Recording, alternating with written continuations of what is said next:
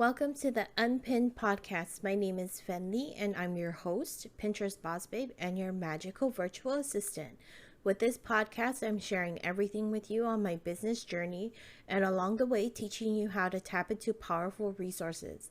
I'd love to provide multiple sources of inspiration and thoughts from others in the business who can definitely relate to your business journey. I continuously empower you as you build your business, pursue your dreams, content creation, and even marketing strategy because everything is not a one-size-fits-all formula in my world. So let's talk. Hello, everyone, and welcome to the year of 2023. And yes, I know I'm a month late, but hear me out. I actually was feeling super unmotivated for the past 2 months. I know it sounds really silly, but I was feeling the weight of the world literally. So I don't want to dive into that too much because I want to focus on today's topic, which is how to set and achieve goals. Just a quick note though, I know everybody probably already set their New Year's resolution, which is great, good for you. I myself personally, after the first few times of trying to participate in a New Year's resolution, like many times in the past, I know I said few times to, not exaggerate too much, but let's just say that I've had my fair share of failed New Year's resolutions. And here's the small little ticker of the reason why New Year's resolution fails. And this is my own take on it, and this is my own perspective, and you are open to any kind of perspective or opinion you may have on the topic, but hear me out on this one. So I feel that the reason why New Year's resolutions don't work out or they fail is because people are trying to dive straight into a habit that wasn't already part of their lifestyle to begin with. So if you really want me to put in perspective for you, think about people who write down the most common New Year's resolution, which is like lose weight, right? Losing weight is an entire lifestyle change, and it's not something that happens overnight, of course. It is something that happens with change. Now, when people write this down, they don't realize how much of a change that they have to make in order to make this happen. And they try to just dive right into a change of habit in their lifestyle that's not even acclimated in their life already. So what do I mean by this? So let's just say this person was someone who probably only worked out maybe once a week, right? And diets here and there, but is not fully committed to their diet or what they eat or watching whatever, right? So say this person decides, yeah, I want to lose weight. Okay, great. They're going to have to either, cut out carbs, eat low fat stuff, but they're going to dive right into that. And what if they don't like that? You know what I mean? And then you have this person trying to go to the gym 5 times a week when they're only used to working out 1 time a week, and they're just gunning it from the get-go. Right when they let the horse out, she's eating salad for lunch, and she's working out 5 times a week at the gym for an hour at a time, and it gets very, very daunting. It gets overwhelming. It gets really super duper boring on fat, and it's so easy for this person to slip back into their old habits because, like the old saying it's very cliche, but the old saying still stands. It's old habits die hard. They really do. So the reason why I feel like most New Year's resolutions don't work out is because people don't know how to create a new habit into their lifestyle. So it was a very interesting idea, but in any case, I do want to talk about that a little later. I want to focus on today's topic, which is how to set and achieve goals. And I'm not bragging or anything, but last year I achieved all of my goals that I set except for one. and it was a financial goal. I'm not going to lie to you about that. It was a financial goal that I set. I didn't make it, but it's okay. The important part about setting a goal is giving yourself not only that gentleness, but the mercy, right? Because you are at the mercy of your own criticism. And let me tell you, I was not happy with most of the things that had happened or transpired, but it's okay. I have learned to give myself that loving grace and say, you know what, I'm at the mercy of my criticism, and I just have to say, I gotta be gentle about it. So I gently criticized myself. I said, you know what, it's okay. I'm going to give it my all. I'm going to do what I need to do next time, because I am learning, I'm changing, and I'm growing. So that is basically how I am accepting that. Mm. Sorry, I had to drink a little bit of something. Whew. Anyway, so how to set and achieve goals. So my biggest thing is that when I set my goals, I wrote them down on a piece of paper. And by piece of paper, I basically am saying computer paper. That's how big it is. And I wrote fairly big because I used a Sharpie. I used a red Sharpie. And I set down my goals. Now, the thing about it is I did 7 achievable goals, okay? And the reason why I had 7 goals is because I knew that some of the things that I wanted to do was going to be pretty feasible, like pretty easy. I had some, maybe more than half of them to me was very easy, and the other half was like really hard, and it was going to take a lot of time. So you're probably wondering, why can't I write down like 10 goals right now? Think about it. There's only 12 months in the year, and you're only going to you're going to be trying to do a goal every month, and that's, to me, that's overwhelmingly insane. I feel like you're going to be driving yourself nuts trying to achieve all of those. So that's why I'm going to be limiting you to like 3 or 5.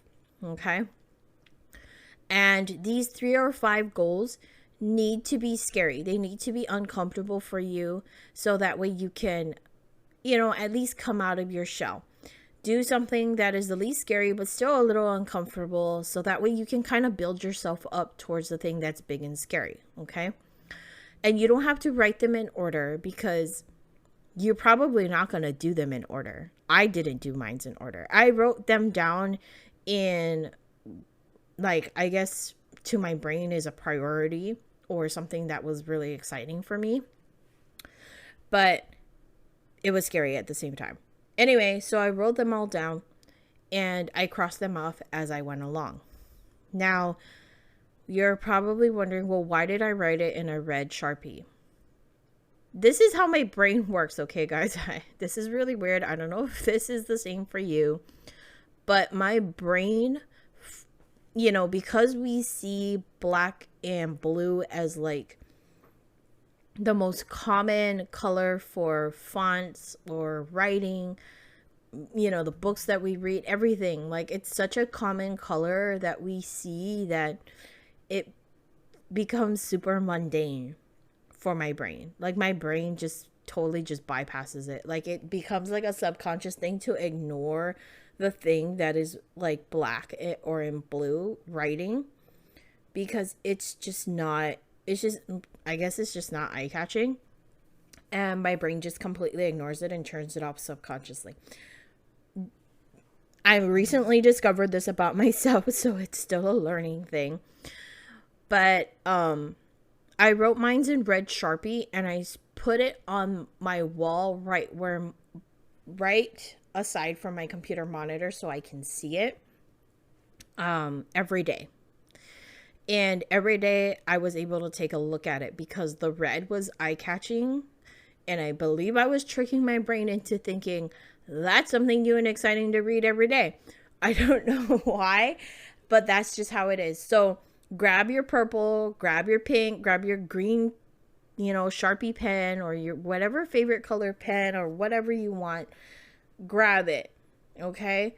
and use that to write down your goals. I feel like that attracts your eyes more so that you'll look at it. If it's your, especially if it's your favorite color, right? When something's in your favorite color, you're more than likely to be drawn or attracted to it. So that will definitely help you stay focused and pay attention to whatever your goals are on that piece of paper. Now, as I said, you don't want to just dive into the most big and scary thing, because that might unmotivate you, and then you will become like, oh my god, I don't know why I'm doing this, oh my god, and then you kind of just give up, right? So start out with the thing that you feel most excited about, but it feels less scary to do. So believe it or not, my goals for last year was to start a podcast, start a newsletter, do my Pinterest course, build that up, do a workshop every month, do, what was it now? Not do a workshop every month. I wanted to do a different kind of workshop, I think it was.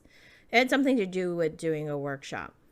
Do a workshop, do a different one. And, oh my God, I'm drawing a blank. Oh, offer a new service.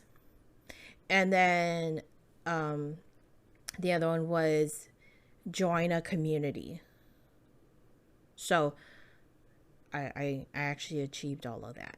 Join a new community or a networking group, something to that effect.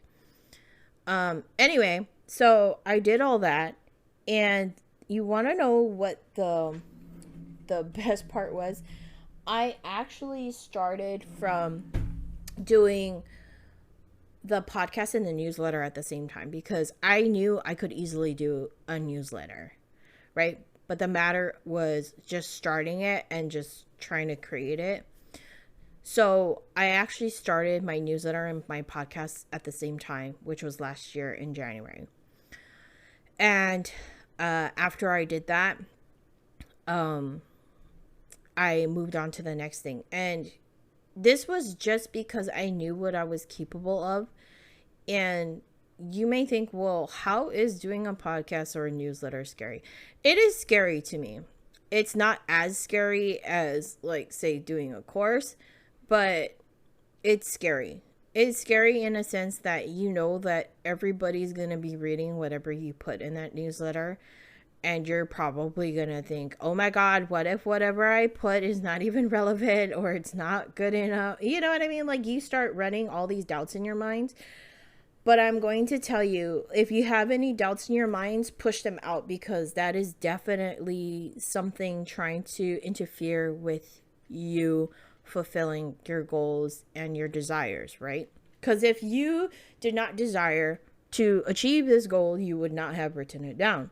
Obviously, you have a desire to achieve it. So therefore, if you have any doubts, swat them away.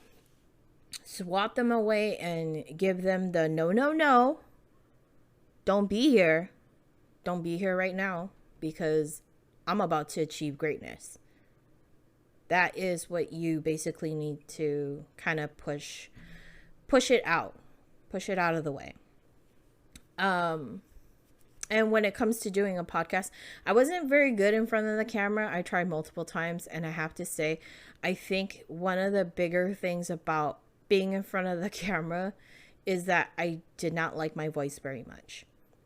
Hard to believe. I started a podcast with me not liking my voice. But I guess in my mind, it wasn't just my voice, right? It was myself too. So it was both my image and my voice. And I chose the lesser scary thing. I mean, it's still scary to me to have a podcast and to be on here to talk and rant and stuff. No doubt about it. I do love to talk, but I like to talk to people. And talking to my microphone, to me, is a very weird thing. But that's just something I have learned to become comfortable with. And you can even look back at my past episodes, like in the beginning, guys. I had so many different kind of introductions. I had so much stuff going on. And, you know, in the beginning, I had a lot of ums and ums and stuff.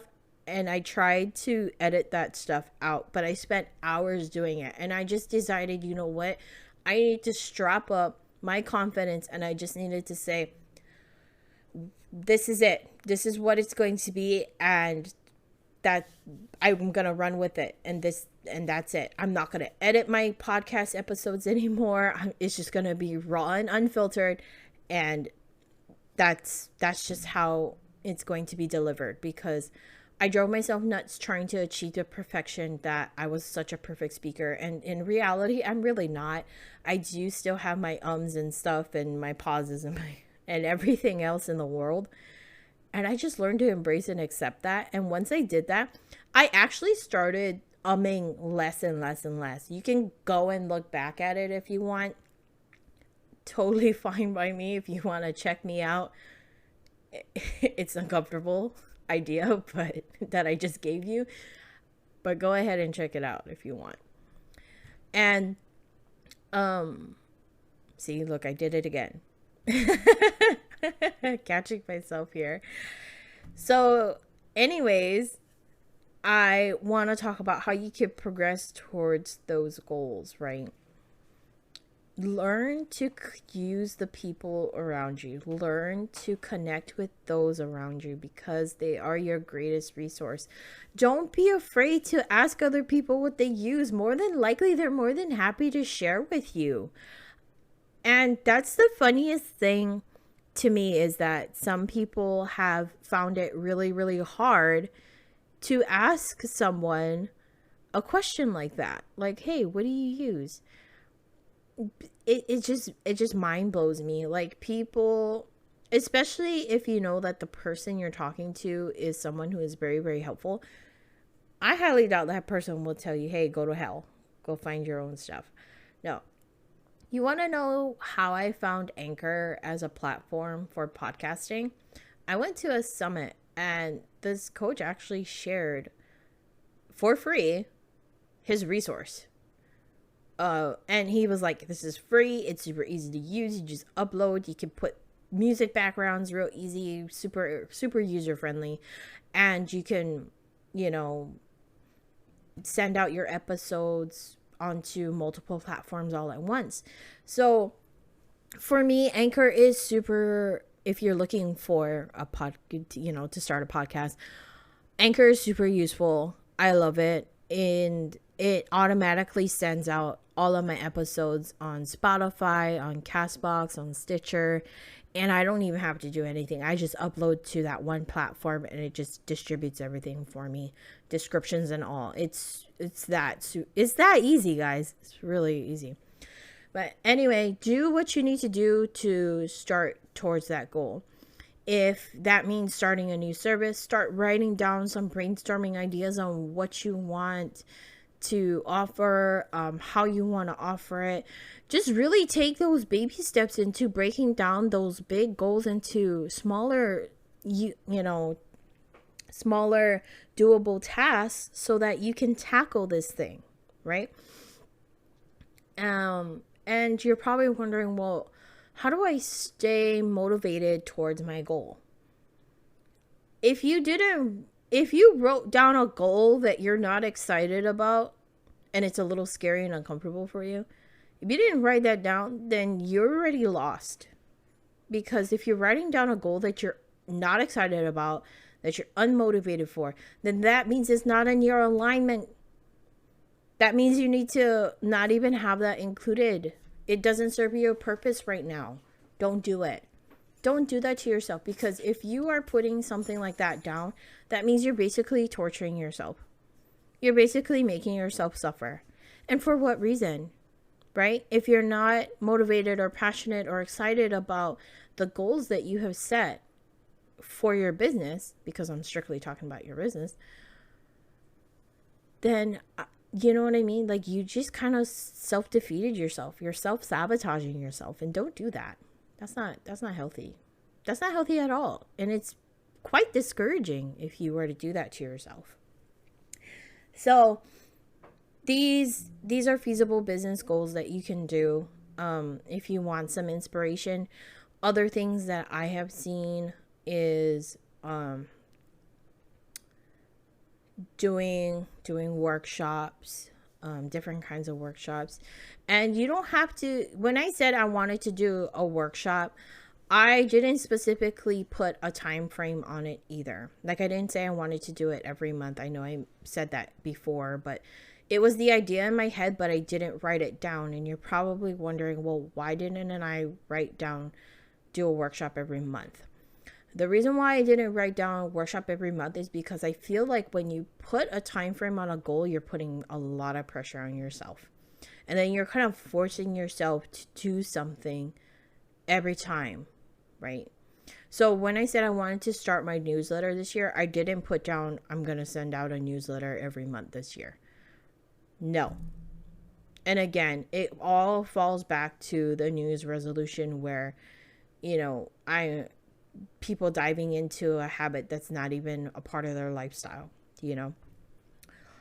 And again, I do want to mention that when I said I wanted to do a podcast, I didn't specifically say how many episodes a month I was going to do, or if I was going to do it once a week, every other month. I did not put down that commitment. I didn't put down a time commitment because if I'm not doing an inspired action by a goal that I'm excited and passionate about, then I'm kind of killing my passion, if that makes sense. I don't know if that really makes sense. If I'm not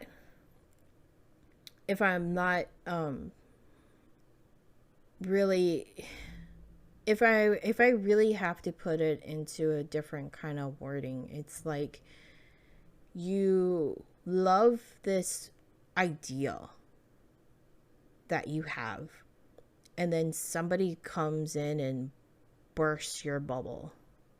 That's basically what you're doing when you put a time constraint on something like that. When you're trying to force something into a habit, it loses all its sparkle, all its motivation. For me, anyways, it loses all of my motivation and dedication and attention because and I've been realizing this about myself again, just reminding you, discovering this about myself. My body and my mind does not like to do things on a daily.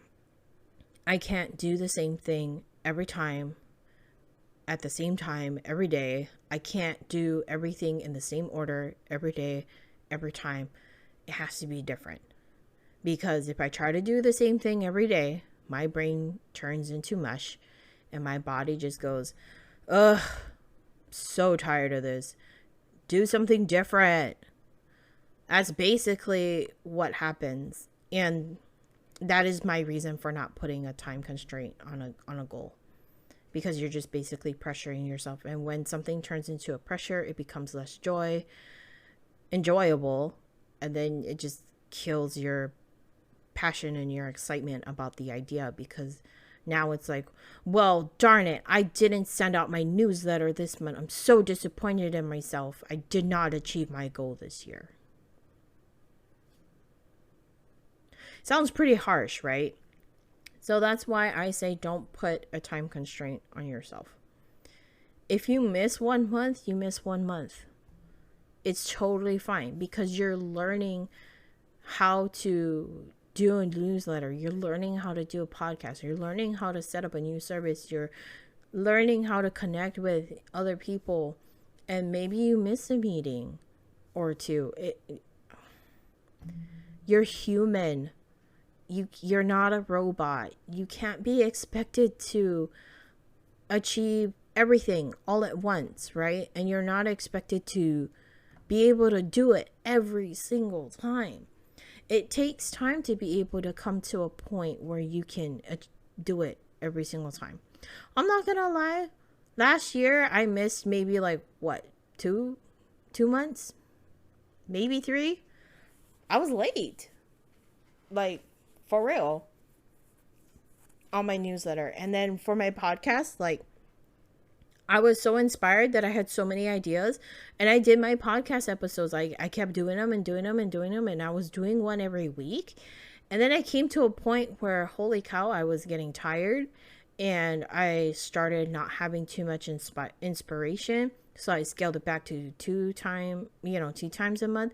And then I thought to myself, why am I putting a time constraint on my inspired actions and ideas? Because whenever I become inspired, it's a spontaneous thing. I can't force myself to sit down and try to come up with something. Like, I'm not going to lie to you guys. I still have my shower cap on because I actually came up with this podcast episode idea in the shower. TMI, I know.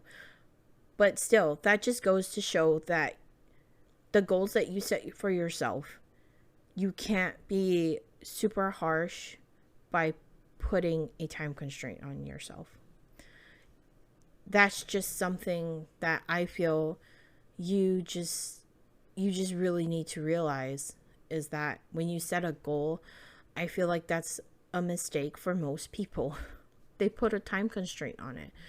And I get it. It's because you want to finish a certain thing by a certain time. But honestly speaking, if you're working at a goal, especially like 3 or 5 at one, 3 or 5, you can work at it a little bit at a time. You can actually be able to figure out how you want to achieve these goals in your own way, with your own method, without having to think about when you got to get that done. You get to freely figure out how to achieve your goals without the pressure of having it done by a certain time. You get it done when you get it done. It's an inspired action, and you have the entire year, especially if you're only doing 3 or even 5 goals. You can work on a goal like for 4 months. One goal for 4 months. And I'm pretty sure it won't take you that long.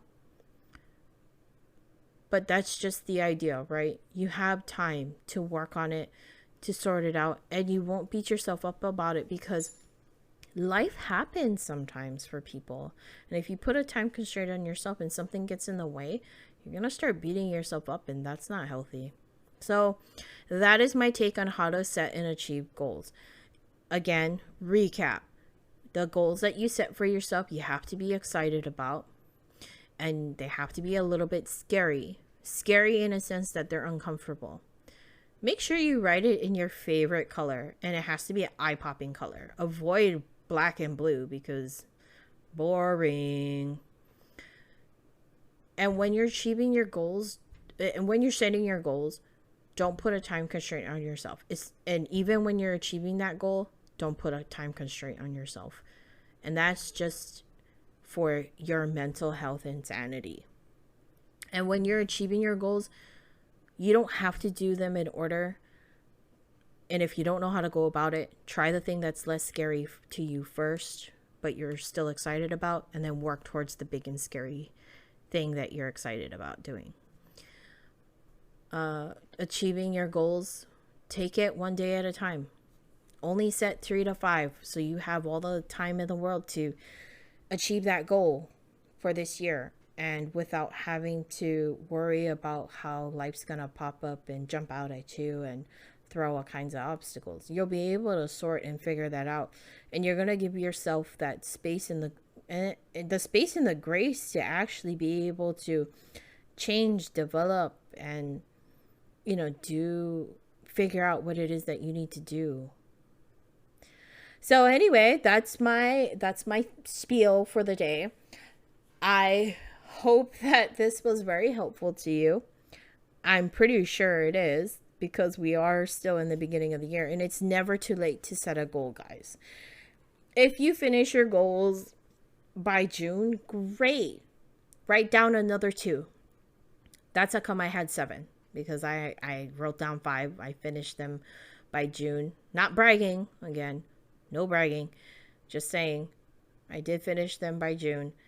And I just decided, you know what, I'm going to just add 2 more. And it was just 2 simple things, like find a community and do a workshop. And I didn't even say that I had to do it every month. I was just like, do a workshop. The idea was to do it every month, but I didn't stick to that idea. I ended up only doing like 2 workshops last year, something like that. Anyways, thank you so much. And that's all for today. See you guys next time. Thank you so much for tuning in for today's episode. If you liked what you heard and would love to hear more in the future, save me to your library by hitting the heart button or the follow button. To stay connected, I have provided all of my social links in the episode's description. And until next time, stay amazing.